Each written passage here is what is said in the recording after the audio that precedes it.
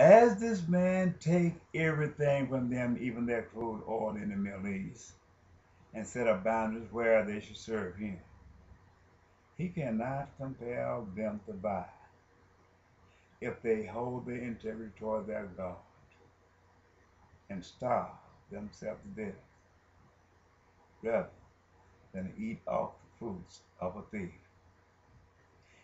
Because if you continue to eat the fruit of a thief, where he have gone and taken from other peoples, other countries, and other nations, you're building a yoke of destruction upon yourself.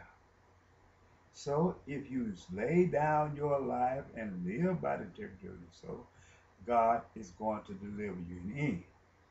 Because when he take and deliver everything in his hand, and he cannot buy, sell, or trade this stuff because you're afraid of him, he can't do nothing but die because he got his infrastructure depending on you buying his product. You got to bite your tongue. As more as he demand, you can't buy and sell unless you take the mark, and when you don't take the mark, and you know your God, and you don't take his mark, they can't use the game of squeeze play upon you again. He still can buy and sell his oil because he would have been defied his own government. He would have to use that oil and drink that oil for food and water. But if he can't drink that oil for food and water, then who is he going to go to? Because he's depending on you to buy his product, and even he done took your oil and been paying it with your own crude oil. Have you said to yourself that I'm going to lay down this life, and you lay down that life? He got to die too because he is a leech, and his dependence on your crude oil depending on how much blood he can suck from you.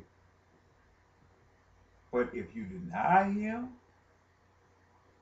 and take the count and give up your life, then it's going to affect him just as much as it is you because he depending on you buying his natural resource. And if you perish, he got to perish along with you. So what is a life? That you got to live in slavery and serve another man and his family, and another man and his family, and then at the same time be you and your family. When should we draw a line and say enough is enough? That man, what is your life mean to you if you have to serve the minds of the drug dealers and do their drug in order to live, and you know it's against the will of your God? It's a point in time where we must say enough is enough and give up this life. We can't continue to do that. We got to build it in our heart. If they place us in their prison and we know that we have went in there from injustice, then we got to say within ourselves, we need to give up this life. What good it is to us? What good is a life if we have to live against the will of our God and our Lord God, Savior Jesus Christ? We have to count the number of our days that we have lived as a blessing and give up for God. At the end of the day, our Lord God Jesus Christ is going to wake us up and wake us up to a better meaning and a new day and a salvation that we have never seen. He would deliver us from all evil. It's better to wait on the laws in his stead, on the Lord in his stead, but to keep living according to our enemies and our adversaries on his path. We have to make this choice. We have to gain strength, live by the word, and we must die for it. I believe in the word. That's the way you praise. No, I'm not. Because Jesus is working at this moment before us, and he is bringing his gift of joy with him. We must turn and walk away from the tyranny that this evil man have imposed upon us. Say to him, we will never be your slave again. We will never build you a kingdom again. We will never raise you and your children again. And we will sit back and let our perish rather than to let them be used as a weapon of destruction against us and against God. Because through his word, he will see us through it all.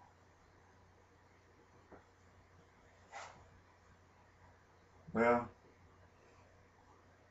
I was not intending to make this DVD today, but they got too many crack smokers, crack people, selling cocaine, catering to the devil. So I had to sit and make this when I seen this young man walk from down on Ash Street, south of Ash Street from where I live. He walked over here, make it look as if he come from my house. We know the people that sent him and have him do this on his cell phone. They done this out of evilness of their heart. And as he walked towards my house, he turned and went there. Somebody in the house was taking pictures on him, making it look like he was coming from my house. But I can hear what done that. I will not serve him, neither his filthy hand, neither his filthy God. These two white men over there in that house, which came from Texas, and the one before, I will not serve their hand. I don't care what wall he built in front of me, God is going to tear it down. The United States government places these people here. I'm going to say it, they know it. They want to sit in the daytime as if they're advocates of God, but they're thieves and robbers by night. Because I've been speaking to the FBI, the CIA, long before I'm here, and told them what these crazy people is going to do. But they see my rights not violated. But I'm going to talk about it.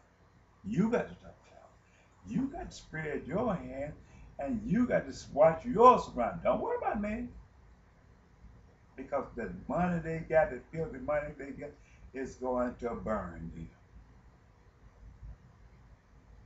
Carry on. Speak to your neighbors. Speak to everybody. Tell them to change their way. You will speak to good and bad. A lot. They might say within themselves, they're not going to change their hand and keep on serving this man. Excuse me, let me pour up what you do some water. Oh,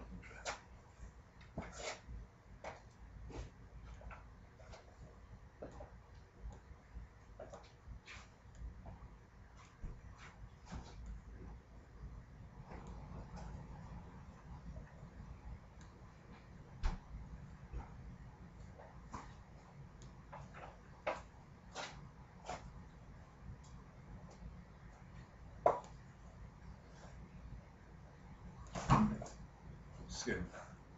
Yet many of them they use as vessels, and many of them they cannot.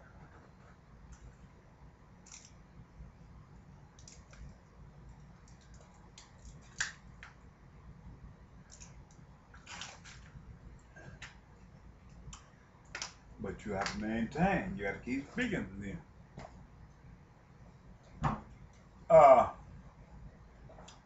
What I'm going to have to say to you, yeah, I wait for this next part here. You know, you might say, well, I'm getting tired of him talking about Daniel. But I have to continue to talk about Daniel. Because the word of Daniel, the prophecy of Daniel, keep unfolding itself.